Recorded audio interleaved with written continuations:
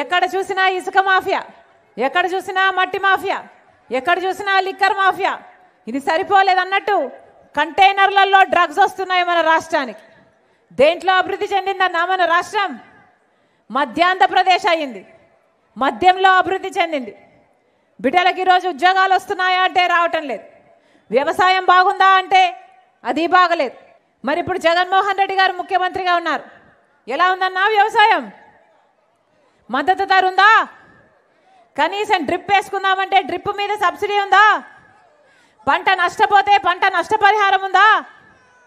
మరి ఎందుకు వేయాలన్నా వీళ్ళకు ఓట్లు?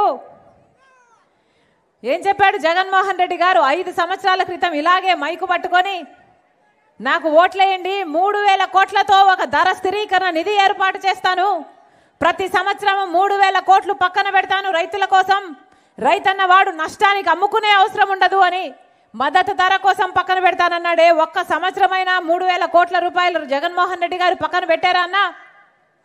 4000 కోట్ల రూపాయలు పంట నష్టపోతే ప్రతి సంవత్సరము పక్కన పెడతానన్నాడు. ఒక్క సంవత్సరమైనా పెట్టాడా? ఇక్కడ వరదలు వచ్చి నది ఓవర్ఫ్లో అయ్యి పంట నష్టపోతే ఈ ప్రాంతానికైనా పంట నష్టపరిహారం ఇచ్చారా? మరి ఎందుకు వేయాలన్నా వీళ్ళకు ఓట్లు? ఉద్యోగాలు రావటం లేదు. ఇలాగే మైకు పట్టుకొని జగన్మోహన్ రెడ్డి గారు 2,30,000 ఉద్యోగాలు ఖాళీగా ఉన్నాయి ప్రభుత్వ శాఖల్లో అని చెప్పాడు 5 సంవత్సరాల క్రితం. మరి అదే 2,25,000 ఉద్యోగాలు ఈ రోజు వరకు కూడా ఖాళీగానే ఉన్నాయి ప్రభుత్వ శాఖలు. మరి 5 సంవత్సరాలు ఎందుకు భర్తీ చేయలేదు జగన్మోహన్ రెడ్డి గారు? 5 సంవత్సరాలు ఏం చేసినట్టు జగన్మోహన్ రెడ్డి గారు? గుడ్డిగుర్రాలకు పళ్ళు దోమారా? ఏమన్నా గాడిదలు కాసారా? 5 సంవత్సరాలు మన బిడ్డలకు ఉద్యోగాలు ఎందుకు ఇవ్వలేదు? ఇలాగే మైకు పట్టుకొని సంక్రాంతి వచ్చినప్పుడల్లా జాబ్ క్యాలెండర్ వస్తుందన్నాడు జగన్మోహన్ రెడ్డి గారు. జగన్మోహన్ రెడ్డి గారు ముఖ్యమంత్రి అయి ఎన్ని సంక్రాంతులు వచ్చాయి? ఎన్ని సంక్రాంతులు పోయాయి? 5. ఒక్క జాబ్ క్యాలెండర్ అయినా వచ్చిందా 5 సంవత్సరాలలో? ఏమా వచ్చిందా? ఏం చెప్పాడు జగన్మోహన్ రెడ్డి గారు? 23,000 టీచర్ ఉద్యోగాలు ఖాళీగా ఉన్నాయి 5 సంవత్సరాల క్రితం చెప్పిన మాట. మరి 23,000 టీచర్ ఉద్యోగాలు 5 సంవత్సరాల కింద ఖాళీగా ఉంటే ఈ రోజు వరకు కూడా అదే 23,000 ఉద్యోగాలు టీచర్ ఉద్యోగాలు ఖాళీగానే ఉన్నాయి. ఇప్పుడు ఎలక్షన్లు వస్తే 2 నెలలకు ముందు 23,000 ఉద్యోగాలకు నోటిఫికేషన్లు ఇవ్వాల్సింది పోయి 6,000 ఉద్యోగాలకు మెగా డిఎస్సి ఇవ్వాల్సింది పోయి ఒక దగా డిఎస్సి ఇచ్చాడు జగన్మోహన్ రెడ్డి గారు. ఇక ఎలక్షన్లకు 2 నెలలు ముందునంగా నోటిఫికేషన్ ఇస్తే ఆ పరీక్షలు ఎప్పుడు జరగాలి? ఆ బిడ్డలకు ఉద్యోగాలు ఎప్పుడు రావాలి? ఇది అయ్యేదా సచ్చేదా? ఎందుకు వేయాలి వీళ్ళకు ఓట్లు? మెగా డిఎస్సి ఎందుకు ఇవ్వలేదు జగన్మోహన్ రెడ్డి గారు? 5 సంవత్సరాలు ఏం చేసినట్టు జగన్మోహన్ రెడ్డి గారు? కనీసం కుంభకర్ణుడైనా 6 నెలలు నిద్రపోతాడు, 6 నెలలు పనిచేస్తాడే. మరి 5 సంవత్సరాలు జగన్మోహన్ రెడ్డి గారు ఏం చేసినట్టన్నా?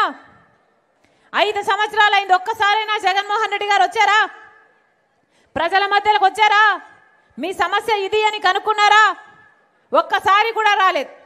ఈరోజు దళితుల్ని చంపేసి డోర్ డెలివరీ ఇచ్చిన వాళ్లకు మళ్ళీ అధికారం ఇస్తున్నారు జగన్మోహన్ రెడ్డి గారు. పక్కన దళితుల్ని గుండు గీసి దాంట్లో శిక్ష పడితే అలాంటి వాళ్ళను మళ్ళీ బరిలో దింపారు జగన్మోహన్ రెడ్డి గారు. దళితులంటే లెక్కలేదు. ఎక్కడ చూసినా రౌడీ రాజకీయం, ఎక్కడ చూసినా గుండా రాజకీయం. ఇదేది సరిపోలేదన్నట్టు హత్య రాజకీయాలు కూడా. సొంత చిన్నాననే హత్య చేసిన అవినాష్ రెడ్డి గారిని పక్కన పెట్టుకొని తిరగడమే కాకుండా మళ్ళీ ఆయనకే టికెట్ ఇచ్చారు. మరి ఏం చెప్పాలి? దళితులకు న్యాయం ఉందా? న్యాయం కోరే వాళ్లకు న్యాయం జరుగుతుందా? ఎందుకు వేయాలి వీళ్ళకు ఓట్లు? ఒక్కసారి ఆలోచన చేయండి. ఈరోజు జగన్మోహన్ రెడ్డి గారిని అడుగుతున్నాం, 5 సంవత్సరాల క్రితం పూర్తి మద్యపాన నిషేధం చేస్తానని జగన్మోహన్ రెడ్డి గారు చెప్పారా లేదా? ఏమా చెప్పారా? అయిందా తల్లి? మద్యపాన నిషేధం అయిందా? పూర్తి మద్యపాన నిషేధం చేయకపోతే నేను వచ్చి ఓట్లు కూడా అడగనన్నాడు కదా జగన్మోహన్ రెడ్డి గారు. అయిందా అన్న మద్యపాన నిషేధం? ఈరోజు మద్యపాన నిషేధం అవ్వకపోగా సర్కారే మద్యం అమ్ముతుంది కదా.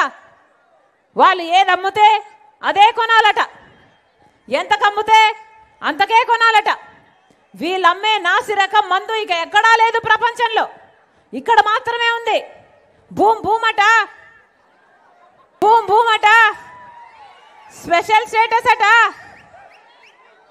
డిఎస్సి అట, క్యాపిటల్ అట. ఇవి ప్రపంచంలో ఎక్కడైనా ఉన్నాయా అన్న? ఎక్కడైనా ఉన్నాయా? ఒక ఇక్కడ మాత్రమే ఉన్నాయి. ఈ నాసి రకం మందు, ఈ కల్తీ మందు తాగి మన రాష్ట్రంలో 25% మంది ఎక్కువ చచ్చిపోతున్నారు. లివర్లు కిడ్నీలు చెడిపోయి. ఎవరైనా పట్టించుకుంటున్నారా? ఒక్క హెల్త్ చెక్ అయినా ఉందా? అసలు ఇది కల్తీనా మంచిదా ఒక్క రోజైనా ఎవడైనా పట్టించుకున్న పాపాన పోయాడా? అది కూడా ఓన్లీ క్యాష్ అట కదా, డిజిటల్ పేమెంట్స్ లేవట కదా. అంటే ఎంత అమ్ముతున్నారు? సేల్స్ ట్యాక్స్ ఎంత, స్టేట్ ట్యాక్స్ ఎంత, సెంట్రల్ ట్యాక్స్ ఎంత, ఎక్సైజ్ డ్యూటీ ఎంత? ఒక ఆడిట్, ఒక పాడు, ఒక పద్ధతి ఏదైనా ఏడ్చిందా? మొత్తం అంతా మాఫియా. ఇలాంటి వాళ్ళకి ఎందుకు ఓట్లేయాలి? అమ్మా బటన్ నొక్కుతున్నాను బటన్ నొక్కుతుంటాను అంటున్నాడే జగన్మోహన్ రెడ్డి గారు. మీకు అర్థమవుతుందా ఏం చేస్తున్నాడు? అమ్మఒడి అని 2 బిడ్డలకు 15,000 ఇస్తానన్నాడు జగన్మోహన్ రెడ్డి గారు. అవునా? ఎంతమందికి ఇస్తున్నాడు తల్లి? ఒక్కరికే ఇస్తున్నారు. మరి మిగతా ఏం చేయాలి? ఏం చేయాలి తల్లి? మిగతా వాళ్ళని దత్తత ఇచ్చేద్దామా? జగన్మోహన్ రెడ్డి గారికే దత్తత ఇవ్వండి. అడగండి, ఈసారి ఓట్లు అడిగితే జగన్మోహన్ రెడ్డి గారు ఒకరికే ఇస్తున్నావు, మిగతా వాళ్ళు నువ్వే దత్తత తీసుకో, నువ్వే చదివించుకో అని ఏం చెప్పమంటారు? రాజశేఖర రెడ్డి గారు రేషన్లో ఎన్ని సామాన్లు ఇచ్చాడు తల్లి? 11 సరుకులు ఇచ్చాడు రాజశేఖర రెడ్డి గారు. జగన్మోహన్ రెడ్డి గారు ఎన్ని ఇస్తున్నారమ్మా? 2, 3? మరేం చెప్పాలి వీళ్ళను?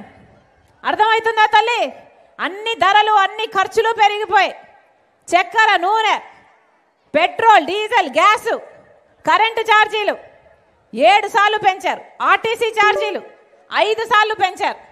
ఏం జరుగుతుందో అర్థమవుతుందా? మీ చేతికి 100 రూపాయలు ఇస్తున్నాడు బటన్ నొక్కి, మీ దగ్గర నుంచి 1000 రూపాయలు తీసుకుంటున్నాడు. మీకు మట్టి చెంబు ఇస్తున్నాడు, మీ దగ్గర నుంచి వెండి చెంబు తీసుకుంటున్నారు.